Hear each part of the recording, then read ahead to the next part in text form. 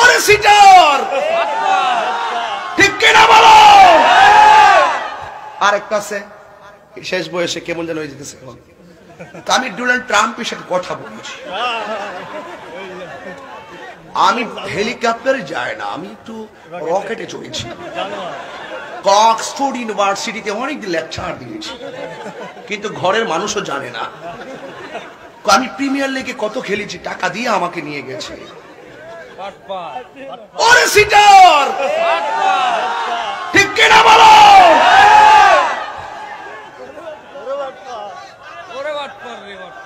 কথা বলেন না কেন? রাগ করতেছেন মনে হইতেছে? যখন একটা ছেলে তারে ধরলো, আপনি কোন অক্সফোর্ডে পড়াইছেন নাম বলেন, কোথায় পড়াইছেন? আবার ইংলিশ মিডিয়াম বলে। যে কান্ট্রি হলো ইংলিশ কান্ট্রি, এখানে আবার ইংলিশ মিডিয়াম কি? কেউ যদি আমি বাংলাদেশে, আমি বিকারণে পড়ি বাংলা মিডিয়ামে, এর দাগ ফেলাই দিত না? এটা সব হইলো বাঙালি, এখানে আবার বাংলা মিডিয়াম কি রে? পাবলিক রে বোকা বানাতে চাইছেন নাকি? আসলে হেলিকপ্টার, আমি হেলিকপ্টার চড়ি না, আসলে যন্ত্রাংশের যে আওয়াজ একবারে মেশিনের মতন, মেশিনের নৌকার মতন অস্বস্তিকর আওয়াজ। আসলে কিন্তু এটা কিন্তু হিংসাই কইছে। এইটার কেমনে বুঝাইবো, এটার উল্টা পাল্টা কইয়া বুঝাইছে আর কি। এগুলা পাবলিক বুঝে গেও শোনার চান, এই জন্য আমি কিন্তু ওই রকম বাহাদুরিমূলক কথা এমন কই না। পাবলিক বালা করে বুঝে কোনটা গেট আপ দেখায় কথা, কোনটা কেন কথা বলি। আমরা কথা বলি নবীর মহব্বতে কথা বলি। একবার একটা হুজুর, আপনি চান্দিনা বরিরে এত মাহফিল দিতেছেন, জনপ্রিয়তা থাকতো না? আমি কইলাম যে আমরা সুন্নিরা কখনো জনপ্রিয়তার জন্য কথা বলি না। ব্যক্তি যদি দুইজন আমাদের সামনে বসে থাকে, আমরা প্রাণ খুলে 2 লক্ষ মানুষের সামনে যে কথা বলি, 2 জন লোকের সামনে সেই কথাই বলি। আমাদের ভাড়া করে লোক আনতে হয় না। বুঝে না কেন? অনেকে বলে যে সারা জীবন গান বাদ্য হয়, এদের বিরুদ্ধে কিছু কয় না। এদের বিরুদ্ধে বলে কেন? আপনি অন্যায় করবেন, আমরা বলবো না? দেখবেন তাদের দলের যত বক্তা আছে, একটা বক্তা অন্যায় করলে অন্যায় কয় না।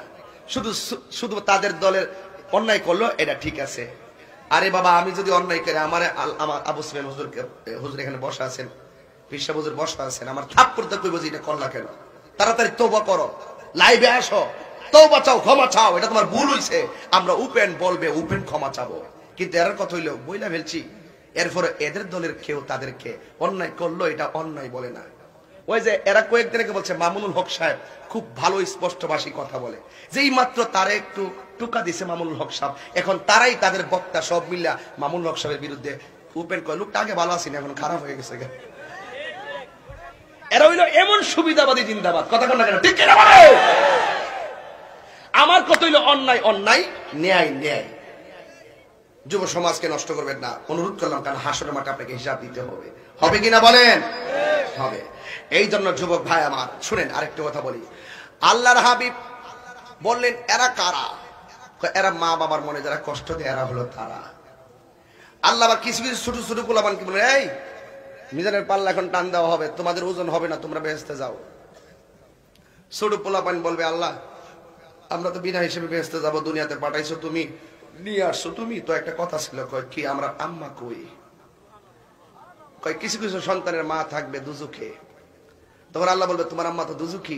আল্লাহ আমি বেহেশতে যাবো, কিন্তু আমার তো হিসাব নাই, বেহেশতে যাবো গেলে তার বের হইতাম না, তবে আমার আম্মাটার একটু দেখতে চাই। আল্লাহ বলবেন, জাহান্নামের দারোয়ান নাম কি? মালিক। জাহান্নামের দারোয়ানের নাম কি? আর জান্নাতের দারোয়ান রেদওয়ান। হে মালিক, জাহান্নামটা খুলে দাও। সন্তানটা তার মাকে দেখবে। এই আজকে চান্দিনায় একটা কথা বলে দিয়ে যাই, যারা ছোটবেলায় সন্তান হারাইছেন, আপনারা দুঃখ করেন না, কাজে লাগবে। চোখে পানি ফালাইবেন না, ধৈর্য ধারণ করবেন, এই সন্তান কাজে লাগবে। ও বন্ধুরে, গভীর মনোযোগ মহব্বত নিয়ে বসে যান। এই সন্তান যেই মাত্র তার মাকে দেখতে পারবে, জাহান্নামটা ওপেন করে দেওয়া হবে, আর শরীরের গোশতগুলো একেবারে জলে পড়ে ছাই হয়ে পড়ে যাবে, গলে গলে পড়ে যাবে, হাড্ডিগুলো লোহার মতন গরম হয়ে থাকবে। জাহান্নামে পড়তেছে। জাহান্নামের বর্তমান রং কিন্তু কালো। জাহান্নামের আগুনের রং ছিল দুধের মতন সাদা, এরপরে হয়েছে লাল, এখন বর্তমানে জাহান্নামের আগুনের রং কালো। সেদিনও কালো থাকবে। কালো আগুনের ভিতরে ওরা যখন জ্বলবে, জ্বলার কারণে হাড্ডিগুলা লোহা যেমন লাল হয়ে থাকে, এমন ভাবে লাল হয়ে থাকবে, ঘাটটারে এইভাবে মোরসামুরসি করবে। সন্তানগুলোর সামনে গো যেই মাত্র মাকে ওপেন করা হবে, সন্তান মারে দেখে মায়া লেগে যাবে, ডাক দিয়া বলবে, আল্লাহ আকবার জোরে বলেন, গুরুস্থান কাছে আছে, ডাক দিয়া বলবে, আল্লাহ গো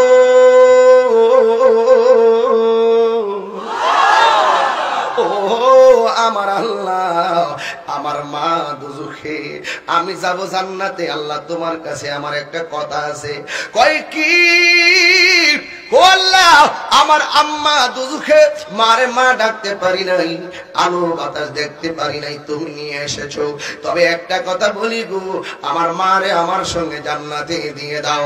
আল্লাহ ডাক দিয়ে বলবে, না না, তোমার যাওয়া তুমি যাও। কিন্তু আল্লাহ তখন কিন্তু কাহার নয়, আল্লাহ তখন হলো রহিম। সব রহিমের কাজ হবে তখন সেই সময়। ইন দি মিন টাইমে আল্লাহ বলবেন, ও বান্দা তোমরা জান্নাতে যাও, তোমার আম্মা দুজখেই থাকবে। এবার সন্তান আল্লাহরে ডাক দিয়ে কি, আল্লাহ গো তুমি যদি আমার আম্মারে আমার সঙ্গে না দাও, তবে তোমার কাছে একটা দাবি আছে। কই কি? আমারে আমার আম্মার সঙ্গে জাহান্নামে দিয়ে দাও। যেই মাত্র এই কথা বলবি, ওই মুহূর্তে আল্লাহ ডাক দিয়ে বলবে, ও বান্দা, কোটি গুণ নিয়ামত রে, যারা পরিমাণ নিয়ামত দুনিয়ায় দিলাম, মায়া দুনিয়ায় দিলাম, এই মায়া পাইয়াই তোর মায়ের জন্য এত কত মায়া লেগে গেল, আর কোটি গুণ মায়া কইরা আমি বান্দা বানাইছি। আল্লাহ ডাক দিয়ে বলবে, মালিক তার মারে দুজক থেকে বের কর, তাসনিম নামক পানি দিয়া তার মারে দৌত করো, তার মায়ের শরীরের ভিতরে এমন একটা সুগন্ধি লাগাইয়া দাও, যে সুগন্ধিটা মেশকে আম্বরের চাইতে আরো সুগন্ধি। জোরে কন্যা আল্লাহু আকবার। এই জন্য যুবক, আল্লাহ রাব্বুল আলামিন ওই হাসরের ময়দানে যখন রহিম হয়ে যাবেন, এখন আপনাদের কাছে আমার প্রশ্ন, কে জান্নাতি কে জাহান্নামী আল্লাহ জানে কি জানে না? কে নেক কয়টা করেছে, কে বদি কয়টা করেছে, কেউ না জানো, আমার আল্লাহ জানে কি জানে না? তাইলে মিজানের পাল্লা কেন লাগাইলো? একটা মাত্র কারণ, সব নবী যেখানে নির্বাক, সব উম্মত যেখানে আসামি, আমার আল্লাহ তার হাবিবের শান বুঝানোর জন্যই বুঝাইবেন শান হাসরের ময়দান। আমার নবী যে কেমন মর্যাদার অধিকারী, এটা বোঝানোর জন্য আমার আল্লাহ টানাইবেন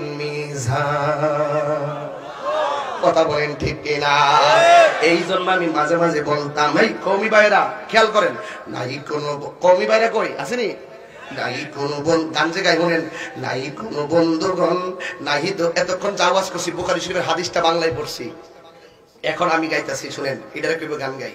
নাই কোনো বন্ধুগণ, নাই দরদি, নাই কঠিন দিনে আমার নবীজি বিনে, রোজ হাসর কঠিন দিনে রাব্বুল আলামিন ওয়াহিদুল কাহার বলিয়া সাজিবেন হাকিম, থাকিবে না দয়া মায়া স্নেহ মমতা, কেউ হবে না কারো জন্য যাবি নদাতা। হায় হায় হাহাকারে কইরা যাবে ধুলি, পিপাসাই ফাটিবে ছাতি, মগজ গলে পানি, কান্দিতে থাকিবে সেদিন আদমের আওলাদ, কান্দিয়া জানাইব তারা তাদের ফরিয়াদ। আদমকে আমি পারবো না, গন্ধম খাইতে নিষেধ করলো আল্লাহ পরওয়ারে, নিষেধ না মানিয়া গন্ধম খাইলাম বেহেশতে। আদমে কয় নাফসি নাফসি,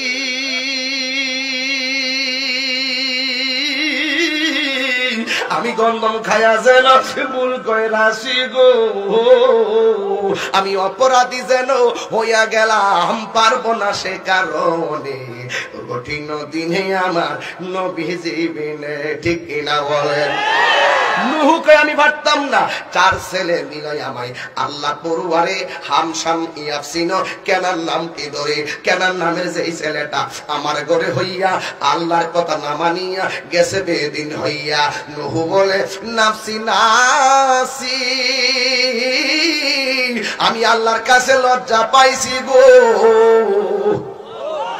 আমি অপরাধী যেন হইয়া গেলাম, পারবো না সে কারণে কঠিন দিনে আমার নবীজি বিনে। এই কথা শুনিয়া সবাই করিবেন গমন, আরে নূর নবীর কাছে যাইয়া দিবেন দর্শন, যাইয়া দেখে নূরের নবী নূরের আম্বিয়া সেজদা দিয়া কানতে আছে উম্মতের লাগিয়া। আল্লাহ গো 63 বছর 90 বছর আয়ু দিলাম, দুনিয়ার ভিতরে 27 বছর কাটাই নিলাম মেরাজের ভিতরে, 63 বছর আয়ু পাইরা দুনিয়ায় থাকিয়া কত না কেন্দ্রে সদস্ত উম্মতের লাগিয়া। আরে কান্দে নবী ইয়া উম্মতি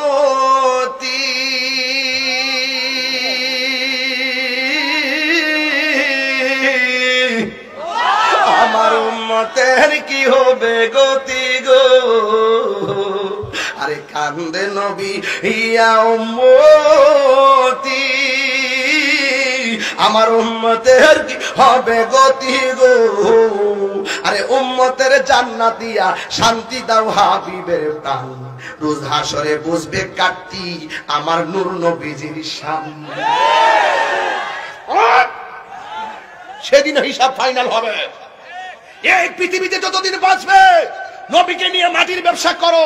আমার বাবা বলছিলেন সবকিছু বানাইছে আদম, বানাইছে আগুন, মাটি, পানি, বাতাস ইত্যাদির মিশ্রণে যদি আদম বানিয়ে থাকে, এই সবকিছু বানিয়েছে আমার নবীর নূর থেকে।